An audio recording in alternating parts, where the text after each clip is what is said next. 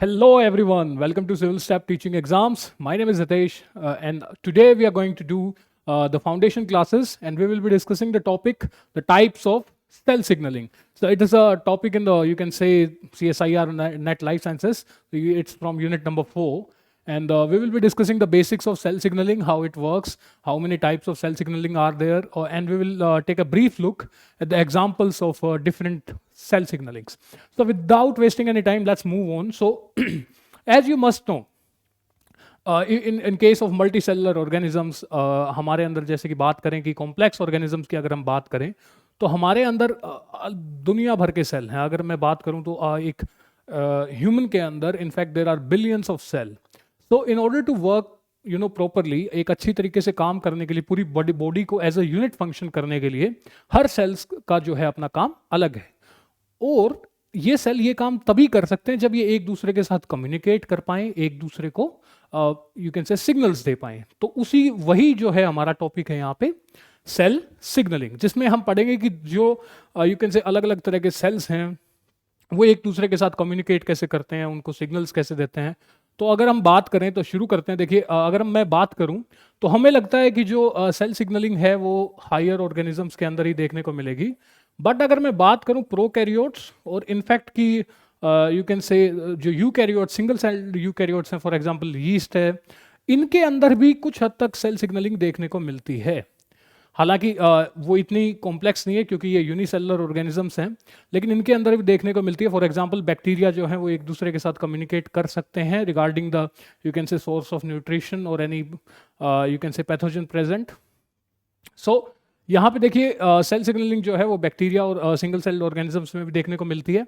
But वो क्योंकि unicellular organisms हैं उनको इतनी ज़्यादा ज़रूरत नहीं होती, तो उनके अंदर you can say it is not well developed. But in case of higher organisms, for example mammals, us, जो सेल सिग्नलिंग है it is very complex. And you can say अलग अलग तरह के हमारे अंदर सेल सिग्नल्स होते हैं जो अलग अलग सेल्स को अलग अलग चीज़ें करने के लिए बताते हैं. तो अगर मैं बात करूं तो देखिए सेल सिग्नलिंग जो है, हम यहाँ पे केस बात कर रहे हैं देखिए मल्टी सेलुलर यूकैरियोट्स की. तो अगर हमारे अंदर बात करें तो देखिए ये जो है यहाँ पे एक आपके पास मॉडल है, and this represents the basic of cell signalling. की सेल सिग्नलिंग जो है बेसिकली होती क्या है. देखिए सेल सिग्नलिंग में आपके पास दो मेन चीजें होती हैं. सबसे पहली जो चीज होती है उसको हम बोलते हैं that is known as a signalling molecule. Signalling molecule, okay, this is the one. लगा लीजिए कि हमारे पास दो सेल्स हैं. I take an example, this is cell 1 and this is cell 2. तो अगर सेल 1 को सेल 2 के साथ कम्युनिकेट करना है तो ये यहां से क्या रिलीज करेगी? It will release signalling molecules. It will release signalling molecule. Signalling molecule जो है ये अलग अलग टाइप के हो सकते हैं.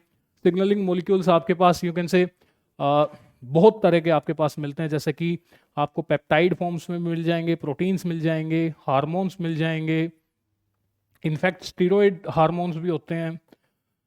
स्मॉल मॉलिक्यूल्स भी आपको एज यहाँ पे काम करते हैं सिग्नलिंग मॉलिक्यूल. स्मॉल मॉलिक्यूल्स का एग्जांपल जैसे कि आप नाइट्रिक ऑक्साइड ले सकते हैं जो हम आगे देखने भी वाले हैं. तो ये सब जो है ये होते हैं जी टाइप ऑफ सिग्नलिंग मॉलिक्यूल्स. तो अलग अलग तरह के सिग्नलिंग मॉलिक्यूल जो हैं वो रिलीज किए जाते हैं लगा यहाँ पे हमारी सेल 1 के द्वारा. और इसको रिसीव करने के लिए यहाँ पे जो सेल 2 है इसके ऊपर प्रेजेंट होते हैं रिसेप्टर्स. ओके, सो जो रिसेप्टर्स हैं वो आपके सिग्नलिंग मॉलिक्यूल को रिसीव करेंगे और यू कैन से इसी तरीके से जो आपका सिग्नल है पास होता है. जो आपके यहाँ पे जैसा कि आप देख सकते हैं जो सिग्नलिंग मॉलिक्यूल्स हैं उनको हम उनका दूसरा नाम जो है यहाँ पे that is extra cellular signalling molecules. Extra cellular मतलब कि ये जो है आपके सेल से बाहर प्रेजेंट है. ओके, सो सेल के बाहर प्रेजेंट है यहाँ पे, तो इनके लिए जो दूसरा नाम यहाँ पे यूज होता है, आपके जो एक्स्ट्रा सेलुलर सिग्नलिंग मॉलिक्यूल्स हैं इनको हम फर्स्ट मैसेंजर भी बोल सकते हैं. These are also referred as first messengers. Okay, so जो सिग्नलिंग सेल है जो यू कैन से जिसको प्राइमरी सिग्नल भेज रही है वो सेल सिग्नलिंग मॉलिक्यूल रिलीज करेगी आपकी, और उनको हम क्या कहेंगे? Extra cellular signalling molecule. मैंने अभी आपको बताया अलग अलग तरह के हो सकते हैं, protein, peptides, in fact some amino acids जो है वो भी सिग्नलिंग मॉलिक्यूल का काम करते हैं. Steroid hormones. उसके साथ साथ मैंने आपको बताया कि स्मॉल मॉलिक्यूल्स जैसे कि nitric oxide, acetyl कोलाइन, gamma amino butyric acid, ये सब जो है एज अ सिग्नलिंग मॉलिक्यूल काम कर सकते हैं, एज अ फर्स्ट मैसेंजर काम कर सकते हैं। ओके, अगली जो चीज आती है, अगर सिग्नलिंग पाथवे की मैं बात करूं, अगली जो चीज हम देखने वाले हैं वो होगी, देखिए इस एक्स्ट्रा सेलुलर सिग्नलिंग मॉलिक्यूल को जो चीज रिसीव करेगी, और जो चीज रिसीव करेगी उसको हम कहेंगे रिसेप्टर प्रोटीन्स। ओके, इनको रिसीव कौन कर रहा है यहां पे, दैट इज रिसेप्टर प्रोटीन्स, और you can simply say receptors. And receptors again are of two type, ये भी आपके दो तरह के होते हैं। अगर मैं बेसिकली बात करूं तो देखिए जो कुछ हैं वो आपके मेम्ब्रेन के ऊपर होते हैं, तो उनको हम ट्रांस मेम्ब्रेन रिसेप्टर्स भी बोल सकते हैं, या सरफेस रिसेप्टर्स भी उसके लिए वर्ड जो है वो यूज किया जाता है। तो आपके पास सरफेस रिसेप्टर्स हैं, दूसरे जो आपके पास होते हैं वो होते हैं आपके intra cellular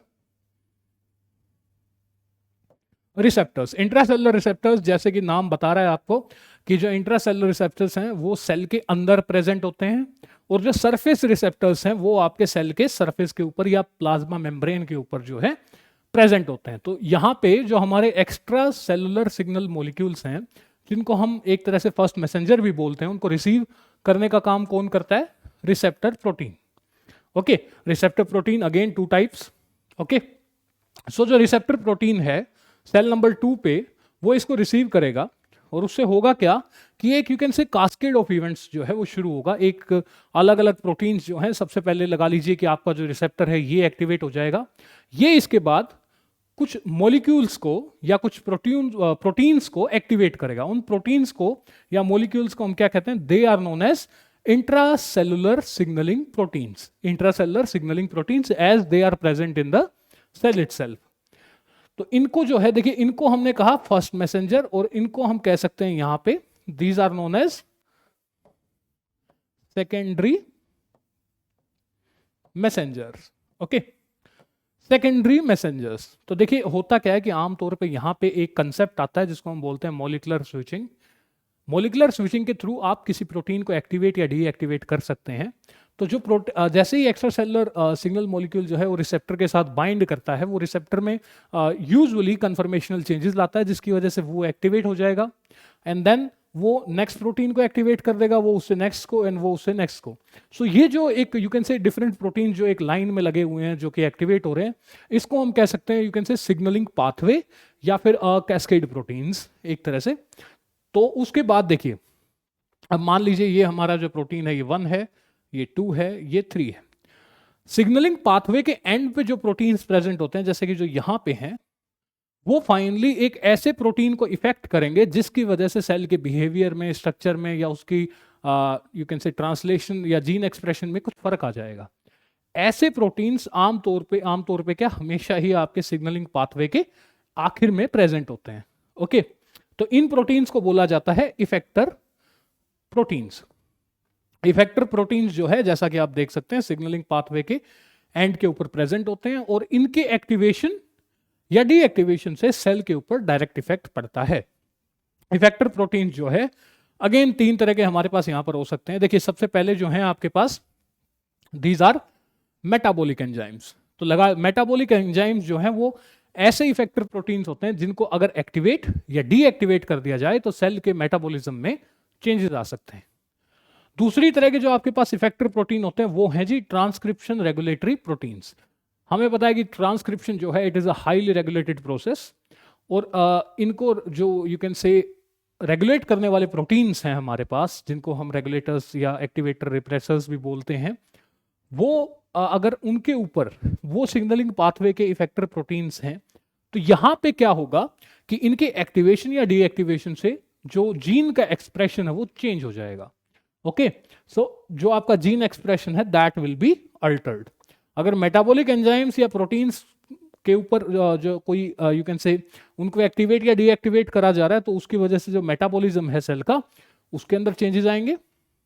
And the last type of, you can say, effector protein are called cytoskeleton proteins.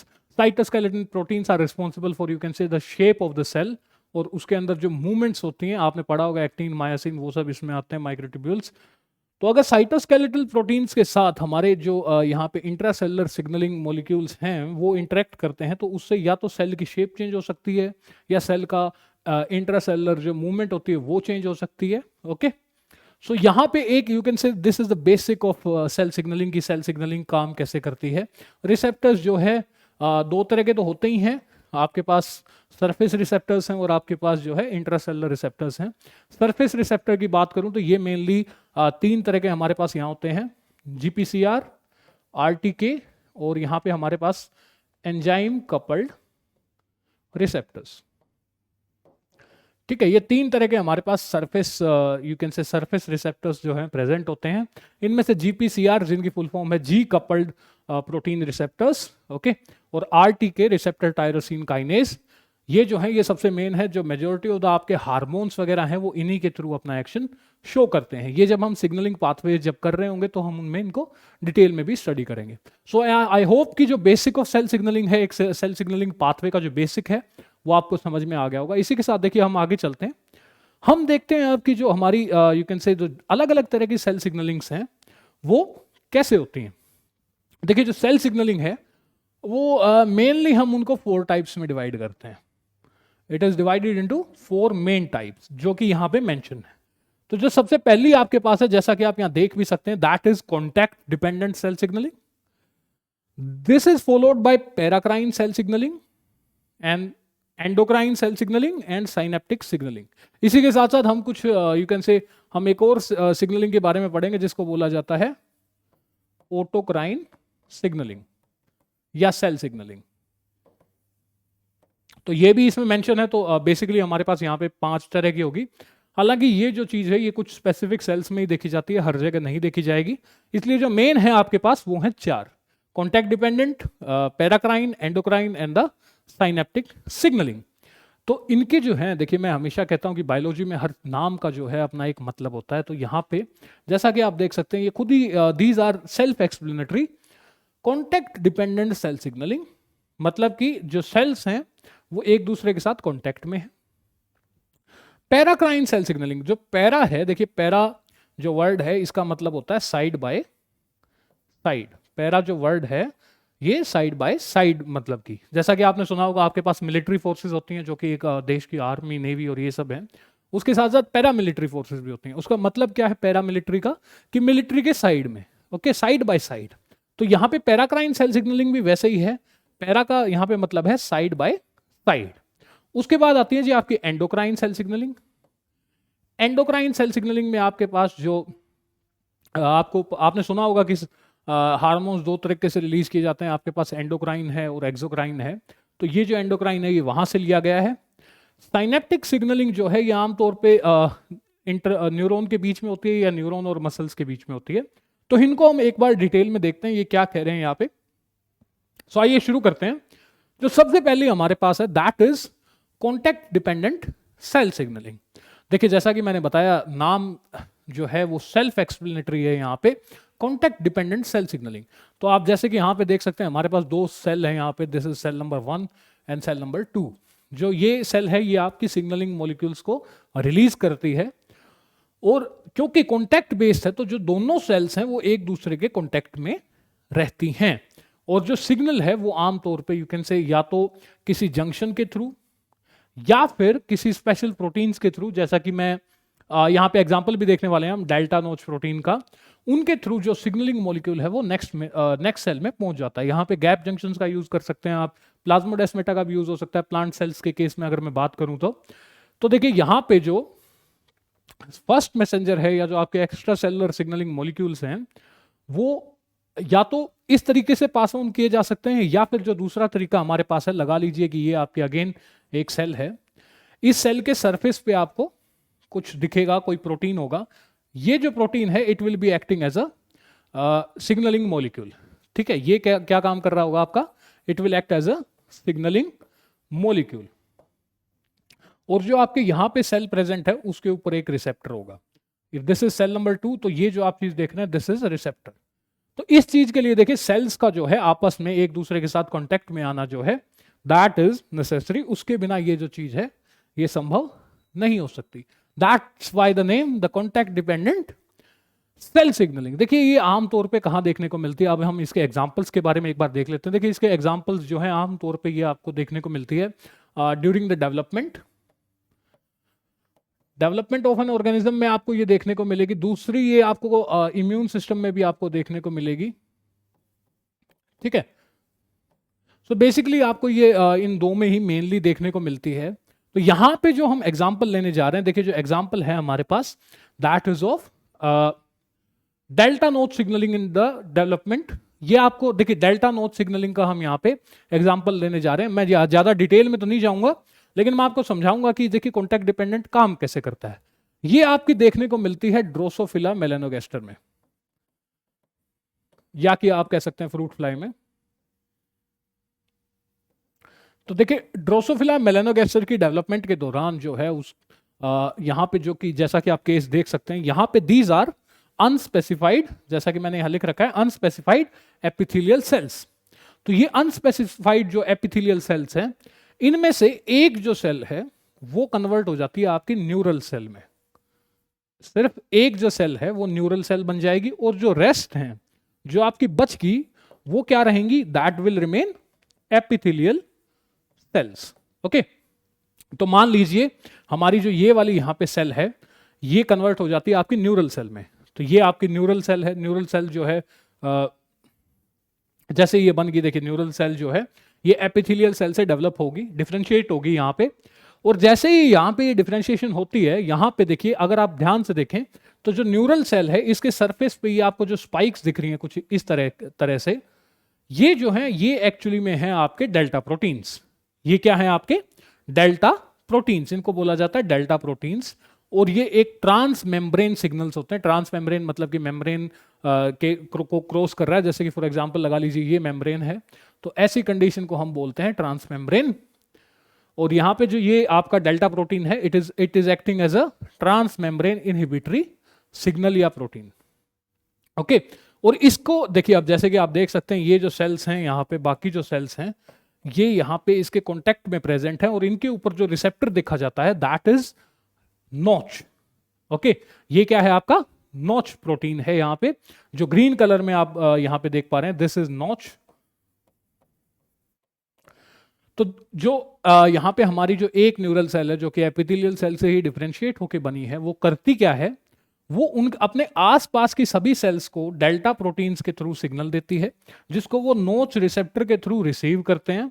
और ये सिग्नल होता क्या है कि यहाँ पे ऑलरेडी एक न्यूरल सेल प्रेजेंट है, आप लोग जो है न्यूरल सेल्स में ना बने। तो ये इनकी जो डेवलपमेंट है, ये जो बाकी सेल्स हैं एपिथेलियल सेल्स हैं, इनकी डेवलपमेंट को इनहिबिट करती है, इनको न्यूरल सेल नहीं बनने देती है। ओके, सो यहां पे जैसा कि आप देख सकते हैं, this is one of the best example of contact dependent cell signalling. और देखिए अगर गलती से या किसी कारणवश जो नोच प्रोटीन है आपका, उसकी सिग्नलिंग उसके अंदर म्यूटेशन आ जाती है, कोई भी म्यूटेशन के कारण यहाँ पे होगा क्या कि अगर नोच प्रोटीन के अंदर म्यूटेशन आ जाएगी, तो जो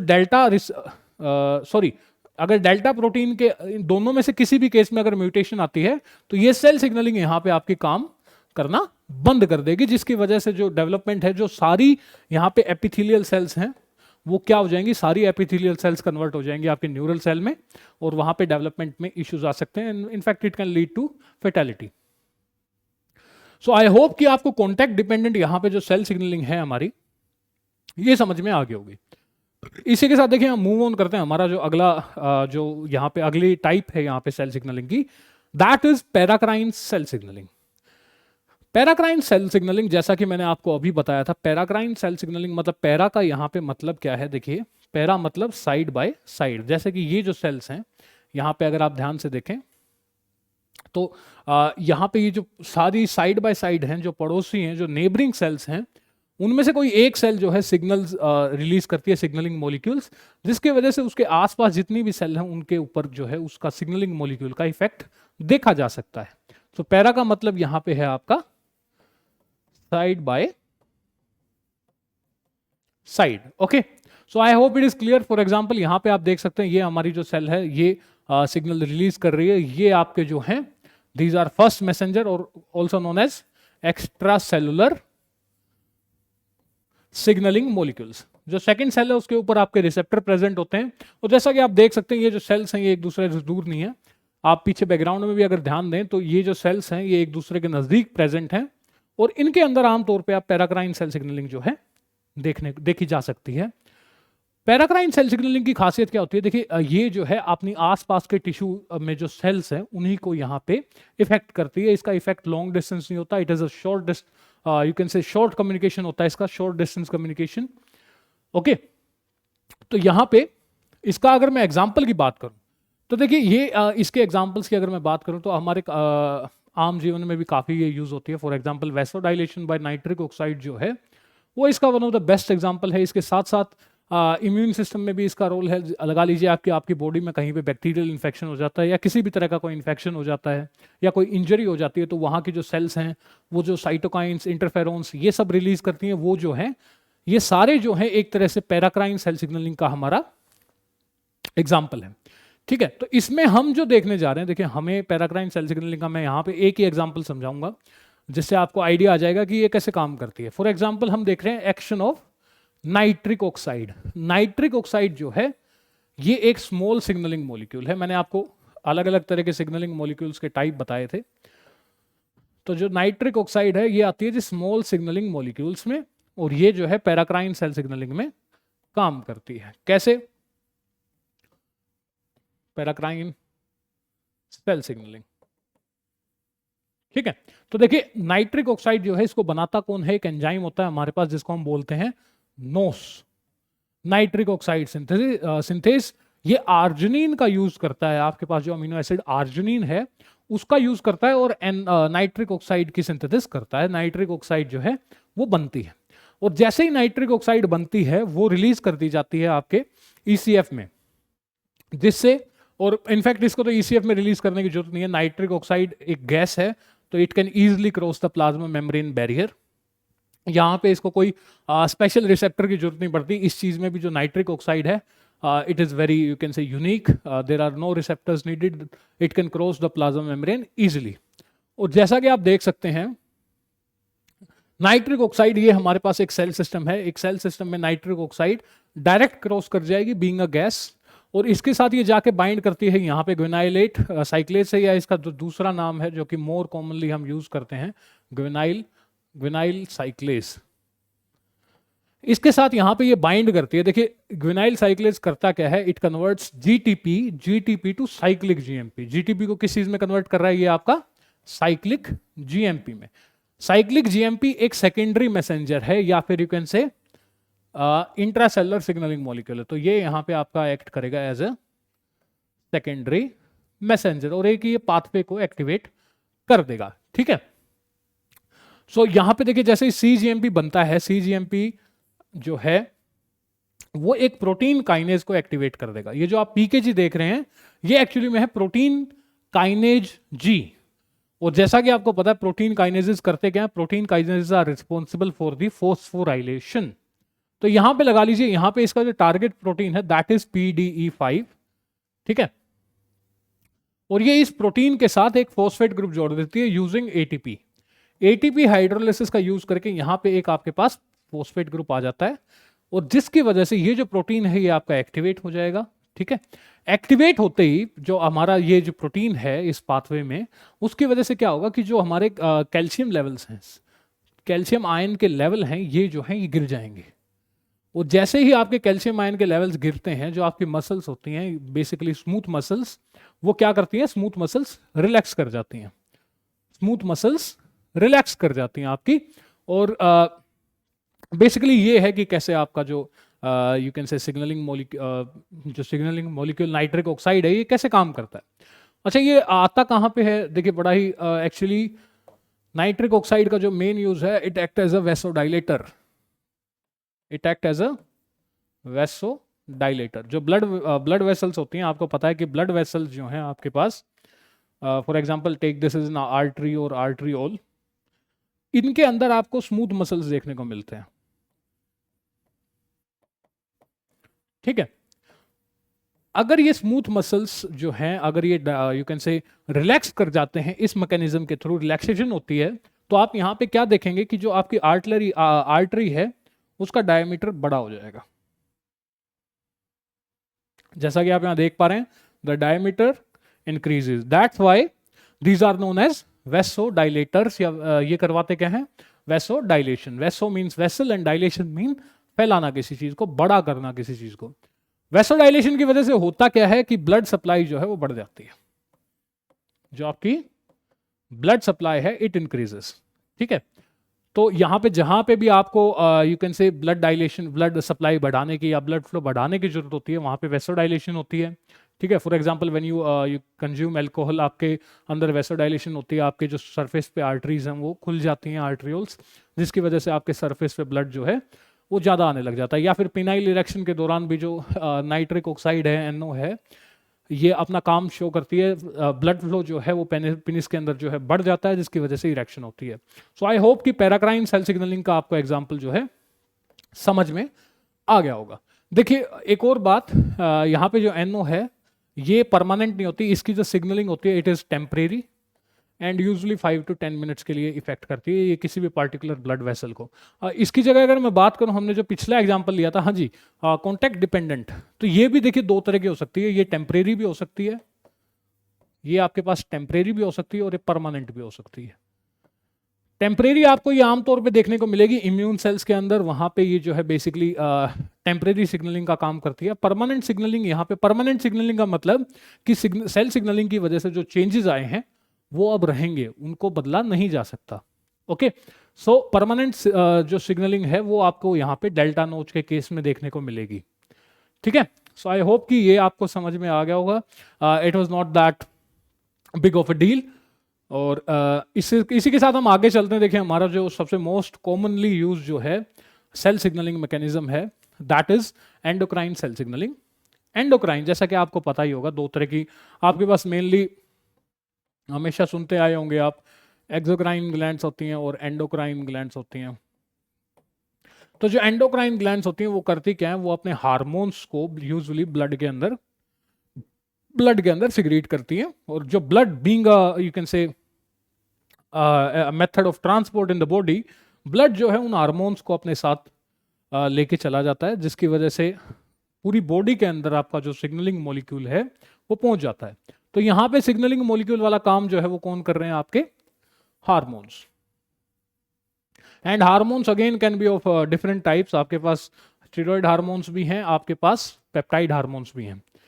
यहाँ पे बेसिकली हम बात करेंगे आपके दोनों ही की। तो जैसा कि आप देख सकते हैं इसका बेसिक मैकेनिज्म बड़ा ही सिंपल है। ये आपके पास एक सिग्नलिंग सेल है जो हार्मोन को रिलीज कर रही है, और कहाँ रिलीज कर रही है, आपके ब्लड में। That's why this is known as endocrine cell signalling. Blood जो है इसको पूरी बॉडी में आपका फैला देगा, और जो आपकी रिसेप्टर सेल्स है, जो सेल नंबर 2 है, वो यूजिंग द रिसेप्टर्स इसको रिसीव कर लेगी सिग्नल को। तो इस तरीके से आपका काम करता है एंडोक्राइन सेल सिग्नलिंग। ओके, सो देखिए इसमें यहाँ पे कुछ ध्यान देने वाली बातें हैं जो मैं कहूंगा। पहली बात तो एंडोक्राइन सेल सिग्नलिंग के अंदर कॉन्टैक्ट डिपेंडेंट और पैराक्राइन सेल सिग्नलिंग के अंदर जो सिग्नलिंग मॉलिक्यूल है उसकी कंसंट्रेशन यूजुअली हाई रहती है। पैराक्राइन के अंदर तो खासकर हाई रहती है, लेकिन एंडोक्राइन के अंदर जो रिसेप्टर्स होते हैं यहाँ पे, ये रिसेप्टर्स जो हैं ये हाईली सेंसिटिव होते हैं। ये इनफैक्ट अगर लगा लीजिए कि आपका जो सिग्नलिंग मॉलिक्यूल है उसकी कंसंट्रेशन इतनी भी है तो भी उसको रिसीव कर लेंगे। Okay, so these receptors are highly sensitive in this case, and इसीलिए जो है पूरी बॉडी में जब हार्मोन्स फैलता है तो बॉडी में अलग अलग तरह के सेल्स होते हैं, और कंसंट्रेशन जो है वो हार्मोन की इतनी ज़्यादा नहीं होती, but still it can be perceived using these receptors.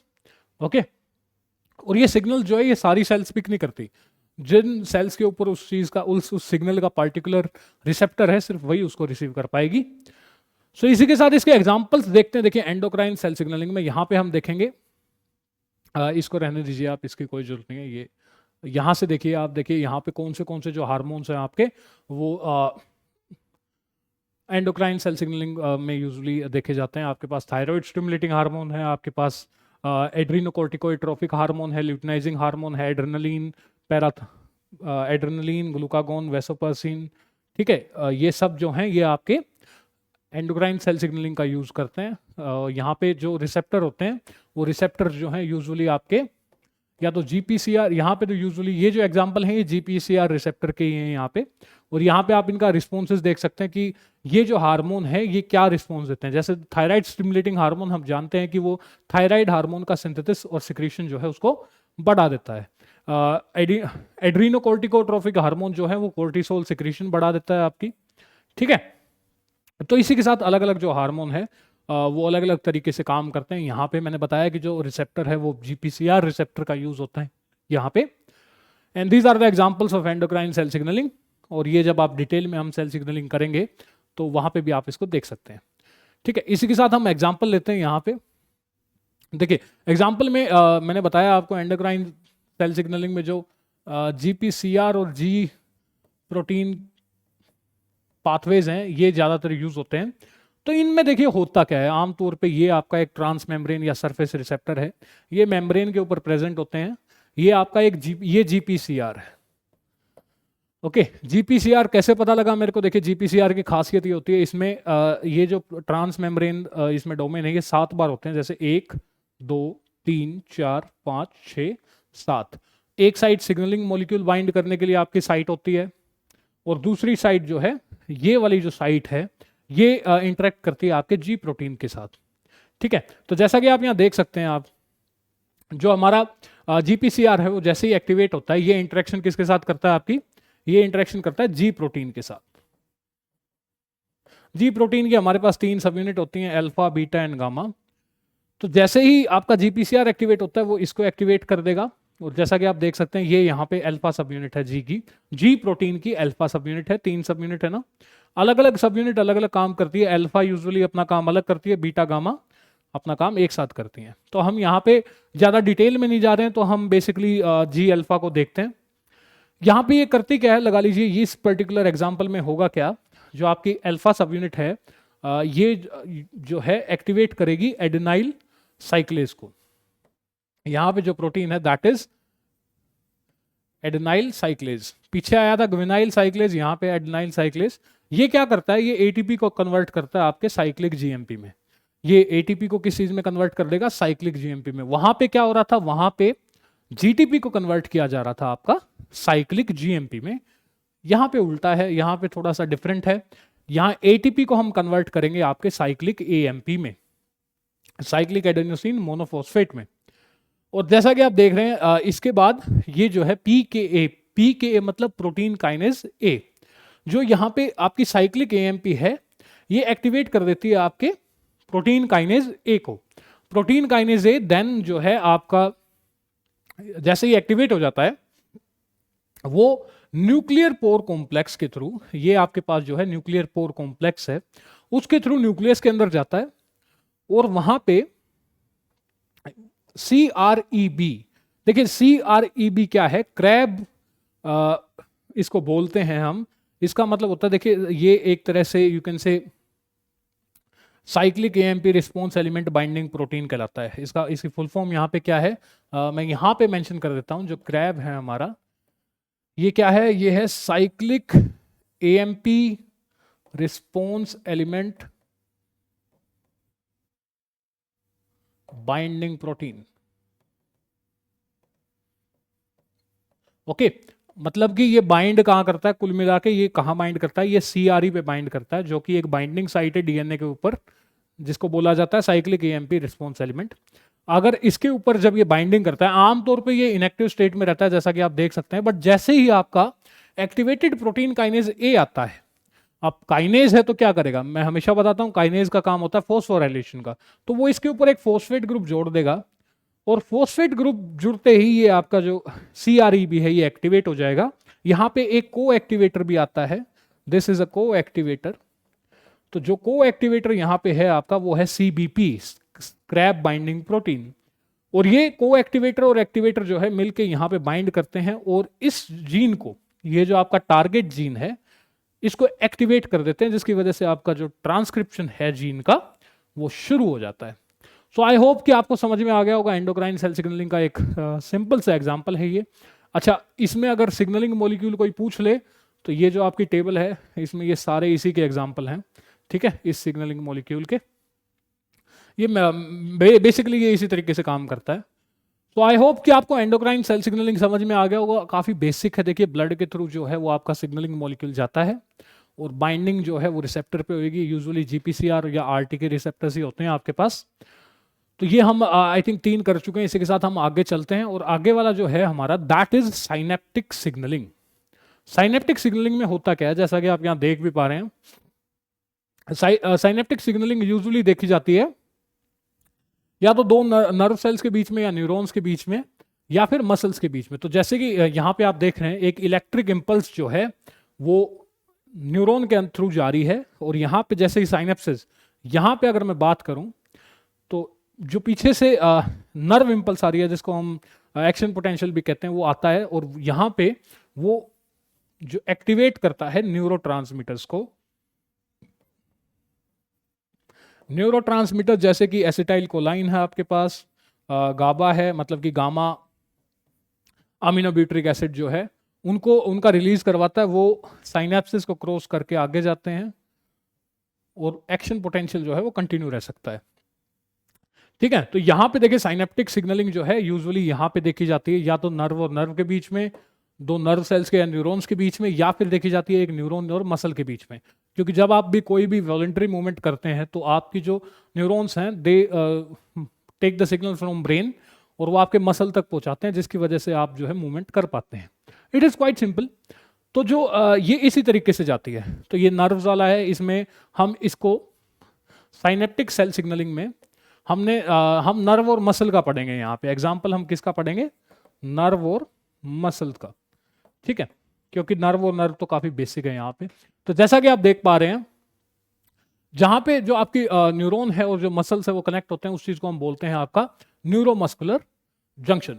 ठीक है, वो क्या कहलाता है आपका न्यूरोमस्कुलर जंक्शन। तो यहां पे जैसा कि आप देख रहे हैं ये एक्शन पोटेंशियल आ रहा है। ठीक है, वो आते ही यहां पे न्यूरोट्रांसमीटर रिलीज हुआ। न्यूरोट्रांसमीटर यहां पे क्या है आपका एसिटाइल कोलाइन। ठीक है, एसिटाइल कोलाइन जो है वो रिलीज किया जाएगा कहां पे, न्यूरोमस्कुलर जंक्शन में। यहां पे जैसा कि आप देख पा रहे हैं यहाँ पे रिलीज होगा। और देखिए इसको रिसीव कौन कर रहा है एसिटाइल कोलाइन को, इसके जो रिसेप्टर्स हैं, एसिटाइल कोलाइन रिसेप्टर्स हैं, वो इसको रिलीज करेंगे। ओके, जैसे ही यहां पे रिसीव हो जाएगा एसिटाइल कोलाइन आपका, उसके बाद होगा क्या, देखिए यहां पे होता क्या है कि जो सिग्नल है, जो इलेक्ट्रिक सिग्नल है, जो कि नर्व इंपल्स है, जो कि न्यूरॉन के थ्रू आ रही है, वो पूरे मसल में फैल जाती है। ठीक है, जो इलेक्ट्रिकल सिग्नल है वो पूरे इलेक्ट्रिक इंपल्स जो है वो पूरे मसल में फैलती है। कैसे, जब आपके ये रिसेप्टर्स जो हैं ये यू कैन से ऑन होते हैं, तो उसकी वजह से यहाँ पे एक जिनको बोलते हैं ligand gated channels, ligand gated channels जो है वो एक्टिवेट हो जाएंगे, जिसकी वजह से यहाँ पे जो मसल है उसके अंदर भी जो है आपका एक्शन पोटेंशियल बन जाएगा, और वो दोनों तरफ पूरे मसल में दोनों तरफ जो है जाने लग जाएगा। ठीक है, उसकी वजह से फाइनली जो एक्शन पोटेंशियल है वो टीट्यूब्यूल्स के अंदर जाएगा, और वहाँ पे जो सार्कोप्लाज्मिक आपकी रेटिकुलम है, जो कि एक तरह की मॉडिफाइड एंडोप्लाज्मिक रेटिकुलम है, उसका जो मेन फंक्शन होता है वो होता है कैल्शियम स्टोरेज का, कैल्शियम आयन स्टोरेज का। वो कैल्शियम आयंस को रिलीज करवा देता है। ये जो एक्शन पोटेंशियल है ये क्या करेगा, कैल्शियम आयंस का रिलीज करवा देगा। जैसा कि आप देख पा रहे हैं कैल्शियम आयंस जो है वो रिलीज हो गए हैं, और हमें पता है कैल्शियम आयन किससे बाइंड करते हैं, कैल्शियम आयन जो है वो बाइंड करते हैं आपके ट्रोपोनिन से। ट्रोपोनिन से जैसे ही कैल्शियम आयन बाइंड कर रहे हैं यहाँ पे, तो जो यहाँ पे मायोसिन बाइंडिंग साइट्स होती हैं, यहाँ पे मायोसिन बाइंडिंग साइट्स हैं, उनके ऊपर मायोसिन हेड जो है आपके अटैच हो जाएंगे, जिसकी वजह से मसल जो है वो कॉन्ट्रैक्ट करेगा, और जब रिलैक्सेशन होगी तो कैल्शियम आयंस रिलीज कर दिए जाएंगे और वो वापस जाके आपकी सार्कोप्लाज्मिक रेटिकुलम के अंदर स्टोर हो जाएंगे। तो ये था आपका साइनेप्टिक सेल सिग्नलिंग। बड़ा ही बेसिक एग्जांपल है ये, आई होप कि आपने और भी कहीं पढ़ा होगा। इसी के साथ हम हमारे जो आखिरी यहाँ पे पॉइंट है that is autocrine cell signalling या ऑटोक्राइन सिग्नलिंग। देखिए ऑटोक्राइन सिग्नलिंग कहाँ पे, ऑटो का मतलब क्या है, सबसे पहले ऑटो का मतलब जो है आपका यहां होता है जी अपने आप, बाय सेल्फ। ठीक है, अपने आप।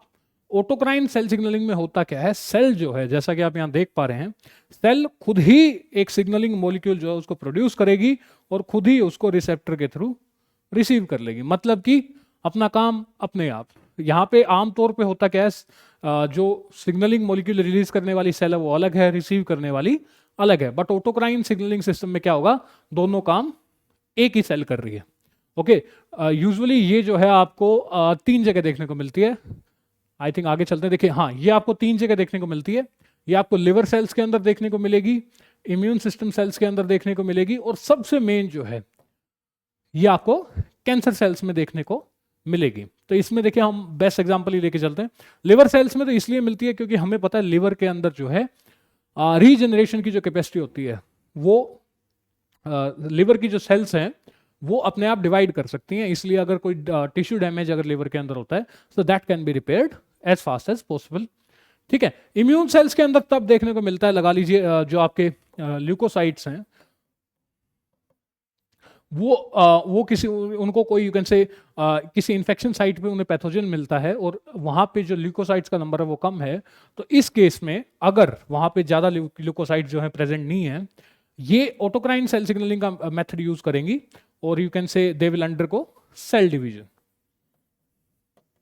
ठीक है, सो ये आपका एग्जांपल है इम्यून सिस्टम सेल्स और लिवर सेल्स। उसके साथ साथ अगर मैं बात करूं कैंसर सेल्स, देखिए कैंसर सेल्स की जो कुछ खासियत होती है वो क्या होती है, इनकी रेप्लिकेशन जो है, ये सेल डिवीजन इनका बहुत ही ज्यादा फास्ट होता है। ये अनकंट्रोल्ड सेल डिवीजन करती हैं। ठीक है, अनकंट्रोल्ड सेल डिवीजन या अनकंट्रोल्ड रेप्लिकेशन। अब यहां पे जो ये टर्म है अनकंट्रोल्ड, देखिए डिवाइड लगभग हमारे बॉडी की हर सेल करती है, अगर हम कुछ सेल्स को छोड़ दें जैसे कि नर्व सेल्स हैं आपकी जो वो डिवाइड नहीं करती हैं, बेसिकली लगभग सारी सेल्स जो हैं वो डिवाइड करती हैं, बट उनका जो डिवीजन है वो कंट्रोल्ड होता है। वो आप मतलब you can say that is controlled by either hormones like growth factors, और ग्रोथ फैक्टर्स भी जो है वो कई तरह के होते हैं आपके।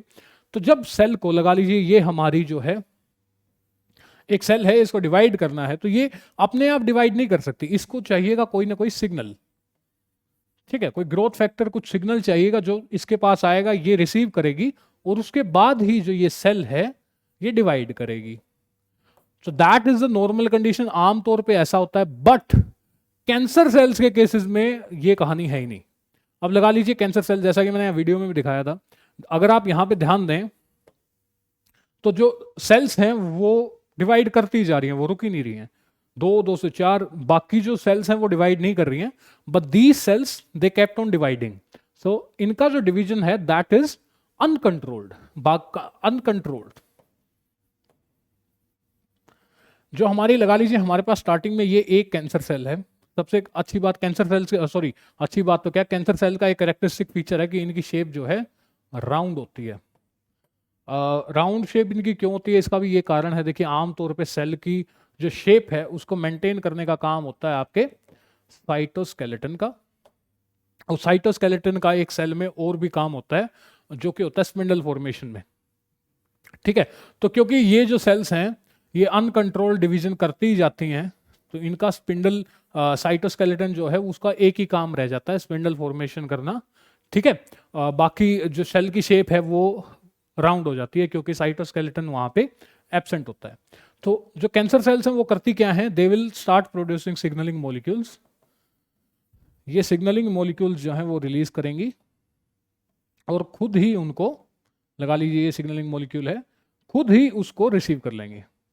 कुछ ऐसा केस होगा जिसकी वजह से ये डिवाइड कर जाएंगे यहां पे आपके पास। ठीक है, ये डिवाइड करगी, उसके बाद इन्होंने फिर वही हरकत की, इन्होंने ऑटोक्राइन सेल सिग्नलिंग फिर यूज की, ये फिर डिवाइड करगी। ठीक है, then again and again and again, and ऐसा होते होते फाइनली क्या होगा कि जो आपकी अनकंट्रोल डिवाइडिंग सेल्स हैं उनका एक गुच्छा बन जाएगा, और वो गुच्छा क्या कहलाता है आपका, ट्यूमर। यूजुअली स्टार्टिंग में जो ट्यूमर है वो आपका बेनिन होता है, उसके बाद वो मेटास्टाइज कर जाता है, तो उस स्टेज को हम बोलते हैं मेटास्टेसिस जो है वो हो जाती है। उसके बाद जो आपकी कैंसर सेल्स हैं वो आपकी पूरी बॉडी में फैल जाएंगी। तो यहाँ पे जो आपका यहाँ पे this is not contact dependent, this is autocrine. ठीक है, सो आई होप कि ये आपको जो है समझ में आ गया होगा। इसी के साथ देखिए हमारा जो यहाँ ये वाली क्लास है ये यहीं पे ख़त्म होती है। हमारे यहाँ पे सिविल स्टेप टीचिंग एग्जाम में, हर टीचिंग एग्जाम जैसे कि आपके नेट CSIR नेट है उसके लिए स्पेशल क्लासेस हैं। वो जो कोर्सेज हैं ये दिसंबर 2024 के एग्जाम के लिए हैं। इनकी रजिस्ट्रेशन जो है शुरू हो चुकी हैं। जो आपका बैच है वो 20 जुलाई से शुरू होगा, जिसके अंदर कंप्लीट कोर्स है आपका।